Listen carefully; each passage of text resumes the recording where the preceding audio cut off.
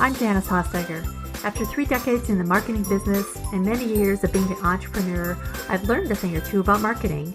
Join me as we talk about marketing, small business, and life in between. Welcome to My Weekly Marketing.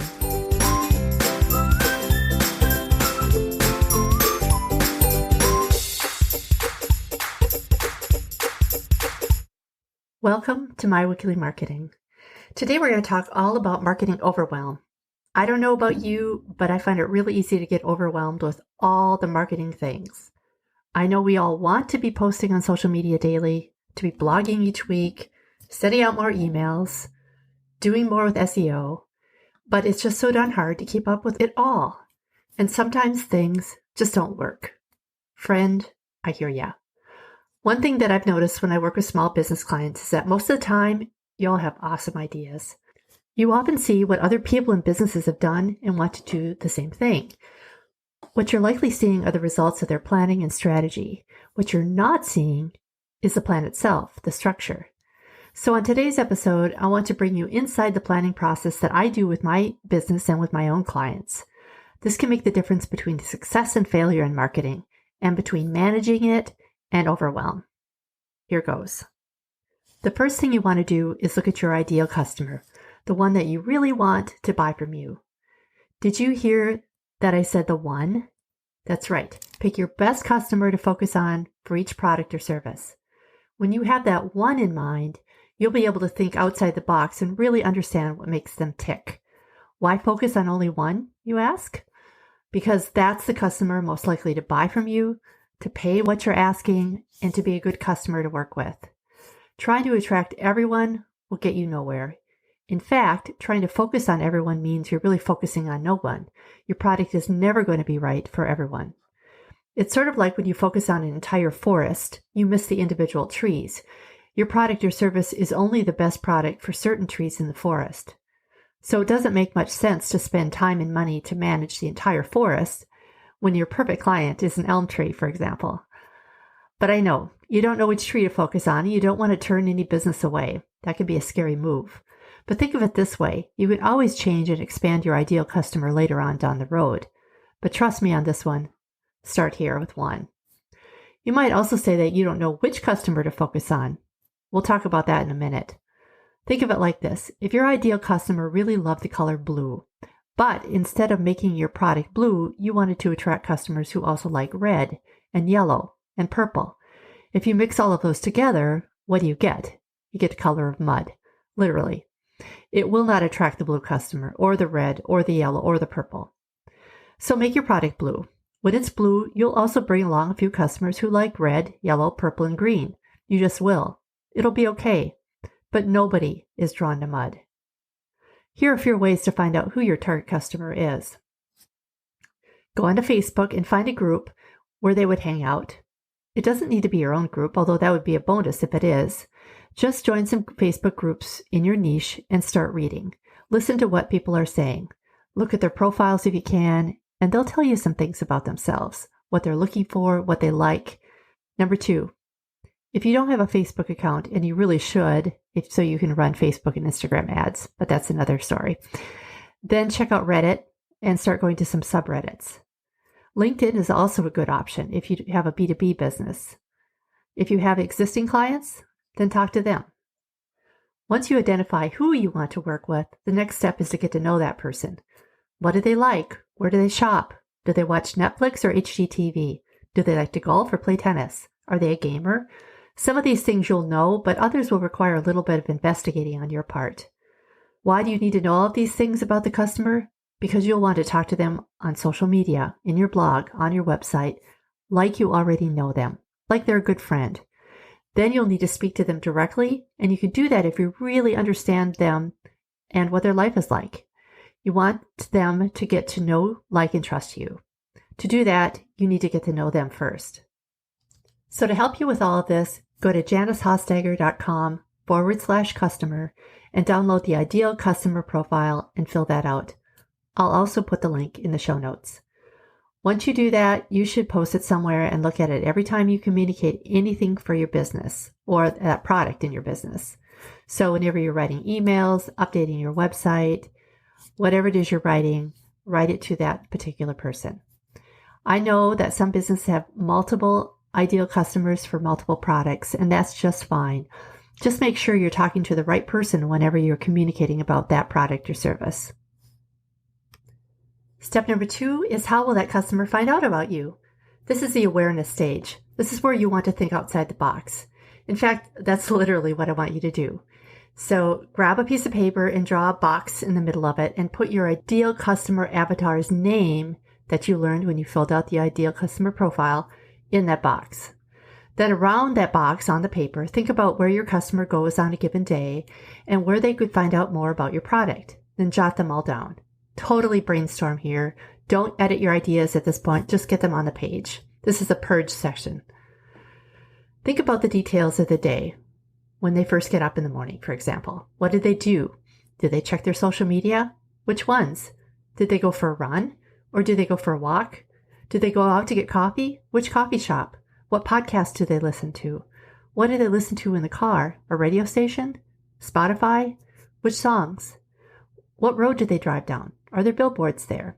Do they go to a gas station? Do they hop on a commuter train? Are they frequent flyers? You can potentially promote your business in all these places. Plus, you'll also get to know them so that you can communicate with them more effectively. At this stage, we only care about awareness. We're not trying to do anything else here. Think about all the places they go in a day or in a week, what they see, do, and hear. Then think of the places where you can connect with them. If your target customer is a frequent flyer, you can talk with them about their time in airports and hotels. If they're a podcast listener, find out what kind of podcasts they listen to and see if you can get a guest spot on those shows. If they read a certain blog, see if you can write an article for that blog. The more information you can learn about them, the more you're able to connect and reach them. That will get their attention. Now go back over this list and think about how you can step out from the pack and rise above the noise. So rise above what everybody else is doing, what's unique and different, what will get their attention.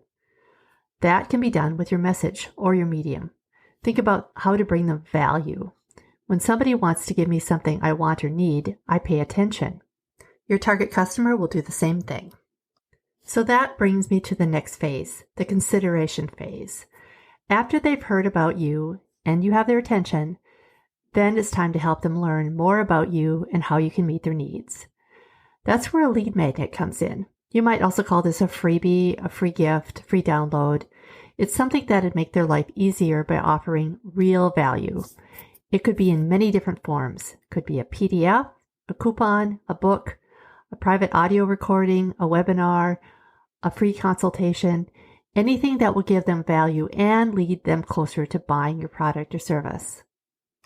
You can add a download form from an email service provider on your site, a provider such as MailChimp or ConvertKit, for example. And then you can automatically move them to your email list. All you need to get from them is their first name and email address. Asking for more information at that point will lead to fewer subscribers and downloaders, so I try and keep it just to the minimum. And a note about email. It's still the most cost-effective form of marketing out there, and most of us check our email multiple times a day. Another option would be to get their phone number and text them, but that's a little harder to get than email addresses since most of us want to keep our text messages more private. Once you have their email address, you can send them an automated email sequence that addresses their problem and points to the solution you offer. It can be easily set up in most email service providers. At this point, I'd love to say they'll just buy. And sometimes they do, but quite often they do a couple of other things first. First, they want to learn more about you, and then they may look around at your competition. Even if you think you have the most unique product in the world, I can almost guarantee you that you have competition. Why? Because your competition is whatever they're doing right now to solve that same problem. For example, if you're the first person in the world to develop, say, a new soft drink, think about what else they're drinking to quench their thirst. It could be anything from soda to water to any other beverage. Your job is to let your customer know how you stand out apart from what they're currently doing and why your option is better. Figure out how you are unique and unlike your competition. Even if your product is similar to others, or maybe it's a commodity item, for example, find something about it that is unique. It could be, say, your customer service. It could be that you focus on 1 or 2 product lines alone. So the next stop on the trail to the sale is the evaluation stage. Sometimes customers need to try out a product to see if it's all you say it is. Some businesses, such as those who offer products with a higher price point, need a way for people to evaluate their products. It could be a free trial, a free version of the product, a one-time consultation, anything that will give your potential customer a taste of what it's like to work with you. After your customer has looked at all these things, it's time to ask for the sale. I know this can feel a little awkward, but trust me, you need to follow through with this or people will not buy. Here are a few things about sales that you should know. Number 1, you need to build a bridge in the mind of the customer of where they are now and where they want to be. Make it really clear about their problem and your solution. Number 2, make sure you speak to the main benefits of what they're getting. They don't care about how many features it has. They care about how it's going to solve their problem and make their life better. Number 3, let them know the cost of inaction. Where will they be a year from now if they still haven't solved this problem or if they still haven't bought what you're selling? What would that cost them? Number 4, confirm with them that your product will actually help them. And then give them a deadline if that's possible. Scarcity is effective. If you have an online course or coaching program, limiting how many spots and how long they can enroll will help you prompt people to move on to the purchase. It's otherwise too easy to put off making the decision until later. Sale prices and bonuses or gifts with purchase also do the same thing, as long as there's a deadline attached. Number 5, there's a lot of psychology to sales, and one big one is social proof. They need to know if it worked for others in this same situation. Posting customer reviews will help with that. Number 6, depending on your product or service, it might be that you need to look at pricing. People like packages and easy-to-buy items. Pricing is a whole different episode, but it's also important to focus on the psychology of pricing by knowing who your ideal customer is. Maybe a payment plan would help you. However, many businesses struggle because of a lack of cash flow. So you could have a lot of money that's coming in later, but nothing beats cash in hand. Cash is king for a small business. Okay, deep breath. I know this is a lot, but we're almost to the end. The next step on the trail to the sale is supersize or upgrading. There's always going to be people who want an upgrade. That might be a special version of your offer, an extended time frame for purchasing, an upgraded online product with more features. However you do it, offer a version of an upsell. You'll be surprised how many people would prefer the higher priced product. The next step is service. After the sale, it doesn't matter how many promises you make. If you don't want your customer to have buyer's remorse, you need to serve them well. That's why it's important to make them feel like they got a great buy right out of the gates. And the way to do that is to make sure you have a strong onboarding program. Make them feel like they're special and they got so much more than what they paid for. A good way to do this is with a quick win. What can you get to them right away that will make them feel like they got more than what they paid for? The next step is the last step, and we call that the send step. How can you encourage them to tell others? Your coaching business or whatever business you have is likely to benefit at least in part from word of mouth. How can you incentivize them to tell others about your program or course? This might look like something simple, such as sending your clients an email to ask for a review, giving them a small gift to everyone who does a referral. The thing not to do is to send out a discount coupon or something that requires another purchase. People need to know you genuinely appreciate the referral without any strings attached. From there, after they send customers to you, the process starts at the beginning again. I am so confident that the Trail to the Sale framework will help you organize and streamline your marketing so that you can decide what to work on first, second, and beyond until you have a healthy stream of clients and customers. You can also find a copy of this framework in the show notes or by going to JaniceHofsteiger.com/trail. My name again is Janice Hofsteiger. As always, I'd love to know what you think. To leave a comment, head on over to my Instagram at Janice Hofsteiger Marketing. I'm extremely grateful that you chose to join me today. I know you have a lot of podcasts out there you can listen to. To get more information about anything we talked about today, head on over to myweeklymarketing.com/5. Bye for now.